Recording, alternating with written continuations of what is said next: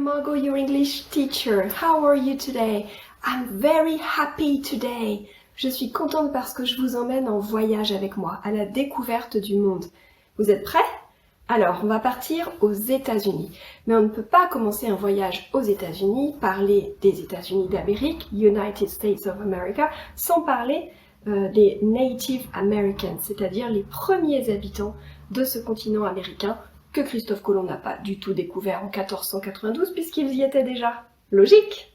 Avant de démarrer ce voyage, que d'ailleurs vous pouvez faire by plane, or by boat, or by train, c'est vous qui voyez, on va parler de la progression pédagogique de la semaine. The letter of the week is the letter T. T. T is for train. Justement, train, si vous voulez prendre le train, pas de souci. T is for telephone. Telephone. Voilà, on va compter jusqu'à 20. Le nombre ordinal pour les plus grands sera 20th. On va plus compter de 10 en 10, ça c'est trop facile. Maintenant, on va compter de 100 en 100 et on va s'arrêter à 200. 200, ça y est, je vous emmène vers 1000. C'est parti pour aller jusqu'à 1000. La forme de la semaine est l'étoile, the star, and the color of the week is green. Green. Green. Green, ça me fait penser à la planète Terre. Je sais, on dit la planète bleue, mais elle a beaucoup de vert, cette planète.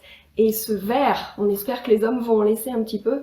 Ce vert, on aimerait le protéger. Et c'est ce que nos Indiens d'Amérique aiment faire. Ils aiment protéger la planète Terre. Ils ont beaucoup de respect pour celle-ci. Alors, c'est parti.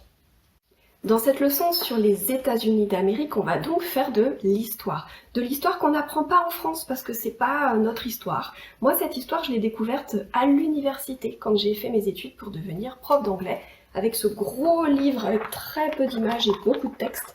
C'est là que j'ai personnellement tout appris.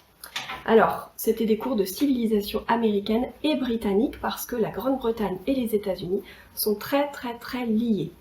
Alors, vous allez découvrir des choses intéressantes, par exemple, pourquoi on appelle ces personnes qui sont nées en Amérique, pourquoi on les appelle les Indiens d'Amérique. C'est un terme, en fait, qui ne leur plaît pas tant que ça. Ils préfèrent qu'on les appelle les Native Americans. Donc, je t'expliquerai pourquoi dans cette leçon. Il y en aura pour tous les âges, des petites vidéos surtout, pour tous les âges, des dessins animés, des extraits de dessins animés également, comme celui-là, je sais pas si tu le reconnais, moi j'adore ce film.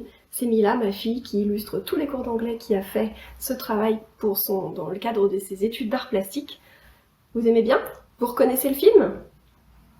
Alors, il y aura donc des coloriages avec les dessins de Mila, il y aura une activité, je t'en dis pas plus, je te laisse la découvrir, et surtout, il y aura une découverte d'un monde fascinant, un monde où les animaux sont rois, un monde où la rivière est très importante.